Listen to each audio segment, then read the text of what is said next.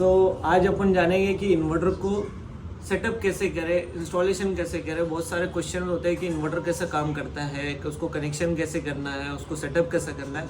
आज अपन ये सब क्लियर करेंगे। तो सबसे पहले देखेंगे कि बैटरी ऑन कैसे करना है, इन्वर्टर को ऑन कैसे करना है। ये जो पावर बटन है इसको 6 सेकेंड तक होल्ड करके रखना है आपने, जो कि बैटरी पावर ऑन होगी। ये पावर ऑन होगी है। उसके बाद आपको ये नॉब है, देखिए इधर DCDP भी बंद है, ACDP भी बंद है, दोनों चीज़ बंद है। इन्वर्टर भी अभी डेड मोड पे है। बैटरी होगी ये चालू और ये इन्वर्टर के नॉब को चालू करेंगे चालू। अभी इन्वर्टर का डिस्प्ले भी बंद है। ये नीचे जो दिख रहा है ये वाला बटन सिल्वर स्विच, इसको 6 सेकेंड तक होल्ड करके रखना है। जैसे कि यहाँ पर रेड ग्रीन लाइट अपना ब्लिंक करना शुरू हो गया है, अभी इन्वर्टर ऑन होगा।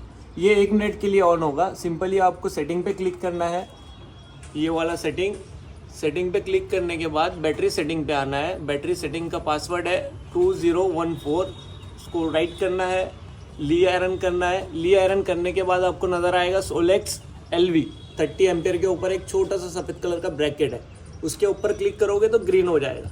सेट पे क्लिक करके बैक करना है। बैक करने के बाद आपको जैसे कि ये कुछ मोड मिलते हैं, ओनली PV देन ग्रिड और PV एंड ग्रिड। जैसे कि PV मैं बता दूं, PV जो यूज़ होता है आपका सिर्फ पैनल से बैटरी चार्ज होगा, और उसके बाद जो PV देन ग्रिड है, PV ख़त्म होगा उसके बाद आपका ग्रिड स्टार्ट हो जाएगा। या फिर आप उसके बाद ये जो एंड वाला है PV और एंड, आपको ये यूज़ नहीं करना है तो PV एंड ग्रिड यूज़ कर सकते हैं, जो बाय डिफ़ॉल्ट कंपनी से सेट होके आता है। PV का मतलब है PV जब तक आपका रहेगा तब तक, उसके बाद आपका जो बैटरी रहेगा तब तक, और जैसी बैटरी 30% के नीचे आएगी तो फिर आपका ग्रिड वर्क होगा। ठीक है, ये हो गया। अभी बैटरी का समझ में आ गया है। अभी देख सकते हैं आप कि इन्वर्टर अभी ऐसा है, बैटरी 99% चार्ज है। ओके, और अभी बैटरी पूरा सेटअप हो गया है, बैटरी ऑन है, बैटरी इसको कनेक्ट हो गई है। यहाँ पर आप BMS डिटेल में देखोगे तो पावर तो 0 है, अभी बैटरी का सीरियल नंबर वगैरह शो होगा। यहाँ पर सब बैटरी डिटेल है, बैटरी कितने देर में चार्ज हुई, यहाँ पर आपको सब टोटल जो है डाटा इसमें बताएगा BMS डिटेल में, और इसमें ये बैटरी का सीरियल नंबर भी यहाँ पर शो हो गया है। अभी हो गया है बैटरी का ख़त्म। अब अपन करेंगे यहाँ पर DCDP ऑन। ये DCDP ऑन हो गया है। यहाँ पर अभी कनेक्टिंग को टाइम लेगा, आप देख सकते हैं यहाँ पर ग्रिड कनेक्ट हो चुका है, सॉरी PV कनेक्ट हो चुका है। टाइम लेगा जब तक अपन ग्रिड भी यूज़ स्टार्ट कर लेते हैं। अभी देखिए यहाँ पर वोल्टेज 0 है, वोल्टेज 0 है, बैटरी आ गई है, सोलर पावर आ गया है, और ये होम लोड है जिसके ऊपर अभी कोई वोल्टेज नहीं है। ठीक है, अभी अपन EPS चालू करेंगे तब ये ऑन करना है। अभी ACDP ऑन करते हैं। ACDP ऑन हो गया है। उसके बाद अभी यहाँ पर आपको ACDP का भी वोल्टेज शो होगा। अब इसको सेटअप कैसे करना है, आपको किस तरीके से करना है, डिपेंड ऑफ साइट मैं आपको बता दूंगा। जैसे कि अभी ये सेटिंग है, सेटिंग के ऊपर आपको नॉर्मली क्लिक करना है, वर्क मोड पे आना है, आपको बैकअप रखना है। ठीक है, अगर आपको बैकअप चाहिए तो आपको सेल्फ कंजम्पशन चाहिए तो यहाँ पर सेल्फ यूज़ बोल के ऑप्शन आएगा, इसको सेलेक्ट कर देना है यहाँ से, जो दिख रहा है सेल्फ यूज़ के ऊपर। ठीक है, अभी ये कस्टमर को तो बैकअप चाहिए, लाइट जाने के बाद चाहिए, तो इसीलिए उन्होंने ये रखा है। देन ग्रिड का है, ग्रिड सेटिंग। जैसे कि आपका अभी नेट मीटरिंग नहीं हुआ है, जनरेशन मीटर नहीं आया है, उसके लिए आप यूज़ कर सकते हैं। जैसे कि आपका जनरेशन एनर्जी मीटर नहीं आया तो आप क्या करोगे, सबसे पहले आपको सिस्टम भी चालू करना है, बैकअप भी चाहिए, तो सबसे पहले आप नो एक्सपोर्ट क्लिक करोगे। इससे क्या होगा, नो एक्सपोर्ट क्लिक करने से आपका एक्सपोर्टिंग 0 होगा, ग्रिड से बैटरी चार्ज करेगा, बट एक्सपोर्ट नहीं करेगा। जो आपकी यूनिट है वो एक्सपोर्ट नहीं करेगा। ओके, अगर आपका नेट मीटर आ गया है, जनरेशन मीटर आ गया है, अब आपको यूज़ करना है तो आप सिंपली इसके ऊपर नो एक्सपोर्ट के ऊपर क्लिक करोगे, या इसके ऊपर 100% कर देना है तो ऑटोमेटिकली हट जाएगा। देख सकते हैं 100% यहाँ पर हो गया, एक्सपोर्ट 100% होगा। ठीक है, और ये हो गया। इसके बाद बैटरी सेटिंग पे आते हैं। बैटरी सेटिंग पे आपको अगर लिथियम बैटरी है तो ली आयरन रखना है, और लीड एसिड है तो 4 के ऊपर आपको लीड एसिड बैटरी चाहिए होगा, उसके ऊपर करना है। कस्टमर को 30% के बाद ग्रिड को चार्ज करना, इसीलिए यहाँ पर हमने PV एंड ग्रिड रखा है। ओके, अभी बैटरी का समझ में आ गया है अपने को, ग्रिड अपने को एक्सपोर्ट करना कैसे नहीं करना वो बता दिया है। आपको किस टाइप से आपको बैकअप चाहिए या खुद को यूज़ करना है ये भी बता दिया गया है। अभी चलते हैं अगले मोड पे। सेटिंग पे जाना है। सेटिंग पे जाने के बाद सबसे पहले बेसिक पे क्लिक करना है। आपको बाय डिफ़ॉल्ट कंपनी इंडिया आएगी, आपको यूज़र डिफाइंड 50HZ क्लिक करना है। वो होने के बाद आपको यहाँ सिंपली एक क्लिक करना है यूज़र डिफाइंड का, यहाँ पर सेलेक्ट हो जाएगा, जिससे आपके जो कुछ फीचर्स है वो अनलॉक हो जाएंगे। ग्रिड प्रोटेक्शन, इसके बाद आपको सेटअप करना है। जैसे कि मैं बता दूं आपको कि किसी के पास वोल्टेज हाई रहता है, किसी के पास लो रहता है। तो अभी कंपनी तो दे रही है 273 दे रही है, बट आपको इसको कर सकते हैं, ये इन्वर्टर को जो हमारा प्रोडक्ट है सोलर, आप उसको यूज़ कर सकते हैं 290 तक, ठीक है। जैसे कि मैं मान लो 290 आपका ग्रिड वोल्टेज है, उसके अंदर ये आराम से सर्वाइव कर लेगा। और अपन इसको रखते हैं, कंपनी क्लेम करती है 90, बट 90 हम रखेंगे नहीं यहाँ पर, 130 रखेंगे यहाँ पर, जो कि काफ़ी है, काफ़ी हद तक, जो कि महाराष्ट्र में हो। तो महाराष्ट्र की ये जो साइट है, तो महाराष्ट्र में 130 वोल्टेज तो कहीं जाता नहीं, अगर गया भी तो 130 में ये आराम से सर्वाइव कर लेगा। तो अपन इसको सेटअप करते हैं, कि बताता हूँ मैं आपको कैसे सेटअप करना है। मैक्स 1 जो दिख रहा है आपको, मैक्स 1 के ऊपर क्लिक करना है, 290 इसको सेट करना है। ये हो गया आपका ओवर वोल्टेज का। आपको अब मिनिमम करना है, तो मिनिमम 130 रखना है। ये हो गया यहाँ पर सेटअप। अब ये जो है वोल्ट मैक्स रहता है, मैं बता दूँ आपको, जब आपका ग्रिड वोल्टेज हाई जाता है, कम जाता है, तो वो कनेक्टिंग को टाइम कितना लेगा। कनेक्टिंग के लिए अगर 260 आप इसका रखोगे, 290 इसका रखने के बाद भी अगर ग्रिड वोल्टेज 260 के ऊपर जा रहा है तो इन्वर्टर ट्रिप हो जाएगा। तो सबसे पहले आपको वोल्ट मैक्स, जो ये वोल्टेज मैक्स है, उसके ऊपर क्लिक करना है। इसके ऊपर आपको 290 सेटअप करना है, जो कि आपका कनेक्टिंग टाइम है। अगर आप ये नहीं करोगे तो ये ऑटोमेटिकली 4 से 5 मिनट का समय लगेगा, जो कि कस्टमर को प्रॉब्लम आएगा। यहाँ 130 अपन ने यहाँ पर रखा है इसको। अभी सिंपली ये हो गया है अपना जो ग्रिड प्रोटेक्शन वगैरह का है, अपन ने इसको कर लिया है कंप्लीट। ये ऑटोमेटिक हो जाएगा सब। फिर इसके बाद है तो सीटी वगैरह, आपकी सीटी है यहाँ पर, हमने जैसे कि यहाँ पर सीटी लगाई हुई है। ये एम्पियर डिटेक्ट करता है, उसके बाद एक्सपोर्टिंग करने से रोकता है। और इसकी एरो हमने इसके ऊपर रखा है डाउन साइड, ये वाला इसकी एरो रखा है हमने डाउन साइड। ये इसीलिए रखा है, आप हर जगह से रख सकते हैं। कभी कभार क्या होता है कि अप साइड से रखना पड़ता है या डाउन साइड से रखना पड़ना सकता है। तो अभी जब ये ग्रिड से कनेक्ट होगा तो ये बताएगा कि आपको कौन सी साइड से रखना है। अभी ये तो अपना पूरा सेटअप हो गया है कि अपने को किस तरीके से चलाना था। यहाँ साइड को तो हमको बैकअप बोल के चलाना है, तो हमने कर दिया है। अभी तक डीसी से कनेक्ट नहीं हुआ है, इसको डीसी से कनेक्ट करके देखेंगे। अभी ईपीएस वेटिंग पे जा रहा है। अब सिंपली यहाँ पर देखिए, ये दिख रहा है इन्वर्टर। सिंपली एक इन्वर्टर के ऊपर क्लिक करना है, इसको ऑन कर देना है। अभी ऑन करने के बाद यहाँ पर देखिए ग्रीन लाइट ब्लिंक हो रहा है। अब ये ब्लिंक होगा, 1 मिनट का चेकिंग समय लेगा और ये ऑटोमेटिक ऑन होगा, जो कि ईपीएस मोड पे भी जाएगा। ईपीएस मोड जाएगा तो यहाँ पर बताइए इधर ये जो दिख रहा है यहाँ पर, ये ईपीएस की केबल्स है। ये केबल, इसके अंदर से अपने को बैकअप लोड मिलेगा। न्यूट्रल और फेज आपको सेपरेट रखना है बैकअप के लिए। इसके अंदर कोई फेज आपको सिंगल फेज, यानी आप जो होम यूपीएस पे यूज़ करते हैं वैसे यूज़ नहीं करना है। जैसे कि बहुत सारे होम यूपीएस पे सिर्फ फेज लेके जाते हैं, ग्रिड के साइड न्यूट्रल रहता है, ऐसा बोलना रहता है इलेक्ट्रिशियन का। मगर अपने को ऐसा कुछ नहीं करना है।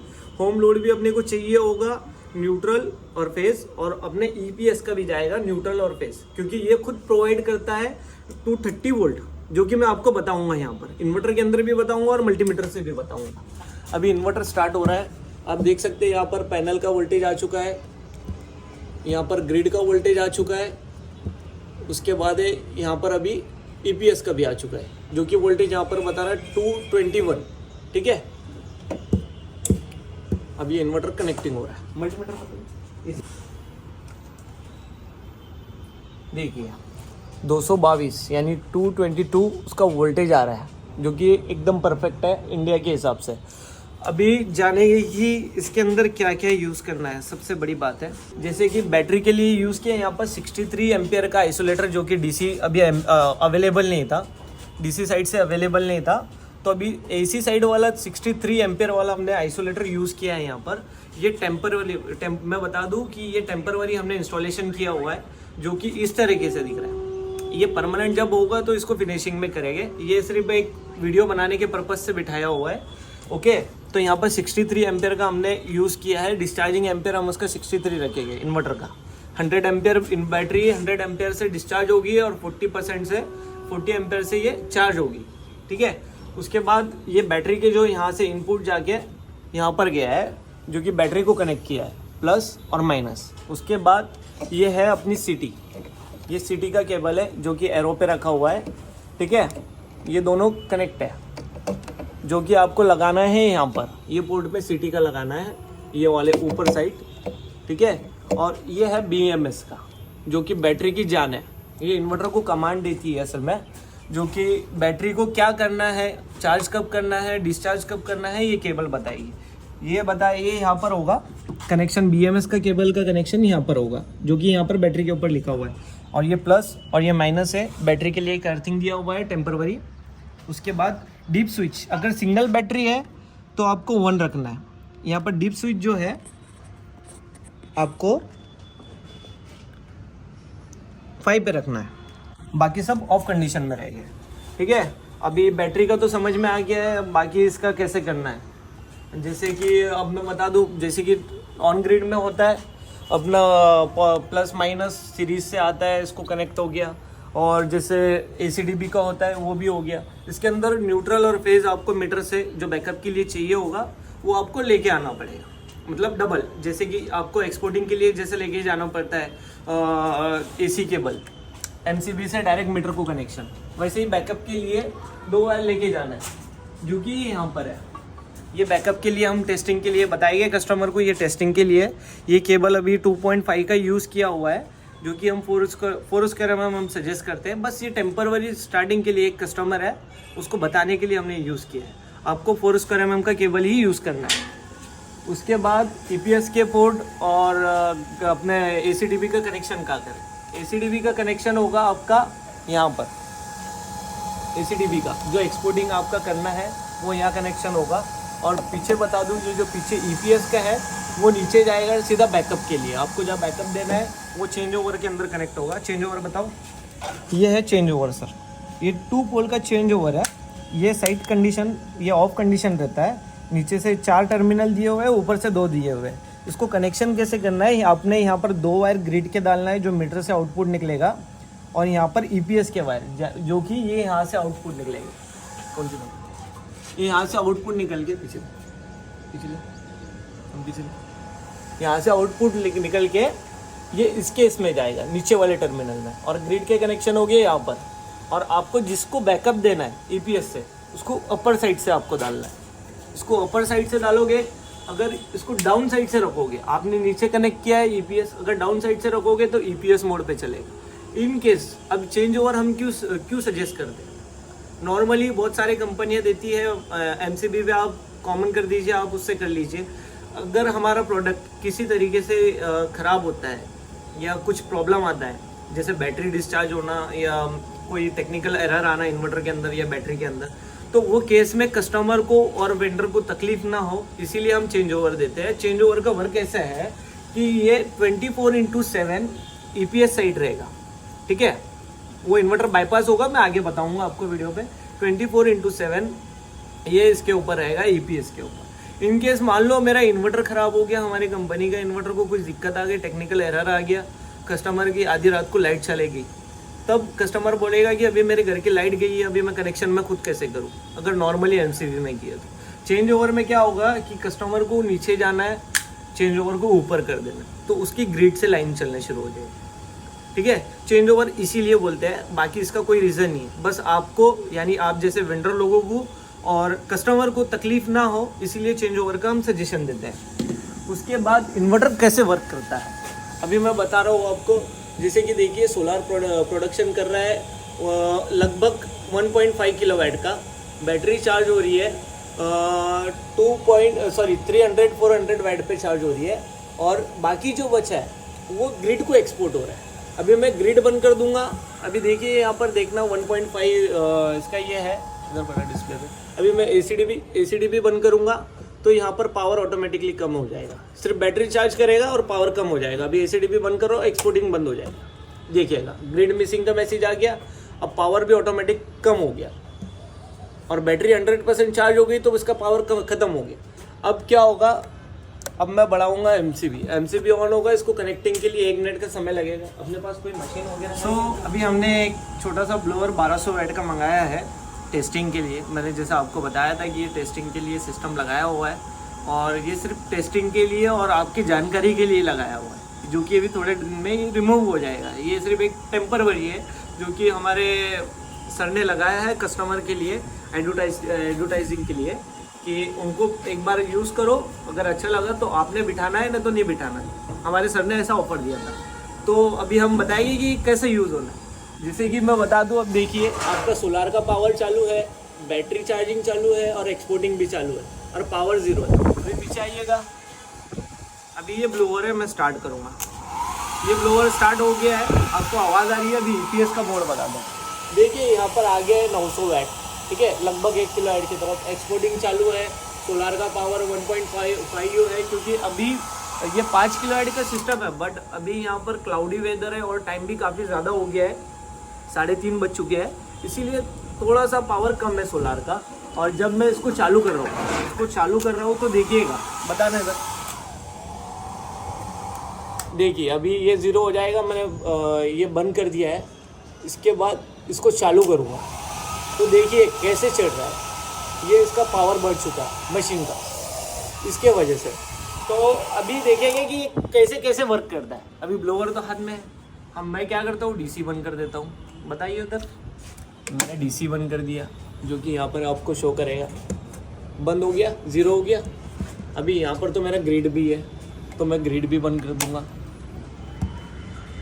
देखिए यहाँ पर ग्रिड भी बंद हो गया, मतलब आपका सोलार भी बंद हो गया। अभी मान लो कि रात है, जैसे कि आपका सोलार भी बंद हो गया, ग्रिड भी, रात के टाइम में ग्रिड चलेगी। अब बची है आपकी 100% बैटरी। अब देखिएगा ये ब्लोअर है, ये मैंने चालू कर दिया है। अब इधर बताइए, ये बैटरी से ले रहा है पावर और इधर भेज रहा है, ठीक है, ये इधर भेज रहा है। अब इसके अंदर अपन और एक ट्विस्ट लाएंगे, डायरेक्ट सोलार से चलाकर बताएंगे। ये देखिएगा एरो इधर है, ठीक है। अपन इसको ब्लोअर को बंद करते हैं। अभी ब्लोअर को बंद कर दिया है, पावर 0 हो गया है। अब अपन चालू करेंगे ओनली PV, क्योंकि बैटरी तो आपकी 100% चार्ज हो गई है, तो ये बैटरी ऑटोमेटिकली इस पे चले जाएगी, जैसे कि स्टैंड बाय पे चले जाएगी। 100% चार्ज करने के बाद जब आपको ज़रूरत होगी तब होगा। अब अपन डे टाइम में आएंगे। अभी ये पैनल से कनेक्ट होने के लिए टाइम लेगा। हाँ चलो, कनेक्ट हो गया है। अभी ये टाइम लेगा। अब देखिए ग्रिड भी बंद है, बैटरी भी 100% चार्ज है। अब मैं ब्लोअर चलाऊंगा। अभी यहाँ देखिएगा 800 वाट यहाँ से ले रहा है, 1 किलो वाट का ब्लोअर ये पावर ले रहा है। जो पावर सोलार की पॉसिबल है पावर, वो प्रोवाइड कर रहा है, और बाकी जो बची है वो बैटरी दे रहा है। अभी सोलार यहाँ पर थोड़ा सा रोशनी पड़ गया, तो डायरेक्ट सोलार से चल रहा है। देखिए डायरेक्ट सोलार से बाईपास है, ना बैटरी का यूज़ है ना ग्रिड का है। ग्रिड का मैं एक बार बता दूं, यहाँ पर ग्रिड है ही नहीं, 0 है। और यहाँ पर बैटरी 100% चार्ज है और 0 वाट ले रही है। डायरेक्ट सोलार से चल रहा है ये सब, ठीक है। ये ब्लोअर चल रहा है, आप इधर आए, ये ब्लोअर चल रहा है। आप ये इसीलिए चल रहा है क्योंकि अभी सोलार का पावर है। जब अपन ने सोलार का पावर बंद कर दिया था, ग्रिड बंद कर दिया था, जब बैटरी से ले रहा, ठीक है। अभी अपन चलाएंगे इसको ग्रिड से। चलो, अपनी लाइट भी चली गई है, बैटरी भी 100% चार्ज है, और आप चाहते हैं कि मेरी सिर्फ लाइट जाने के बाद मेरा बैकअप ऑप्शन हो, तो ये ग्रिड से कनेक्ट होने के लिए 1 मिनट का समय लेगा। ग्रिड से कनेक्ट करते हैं इसको।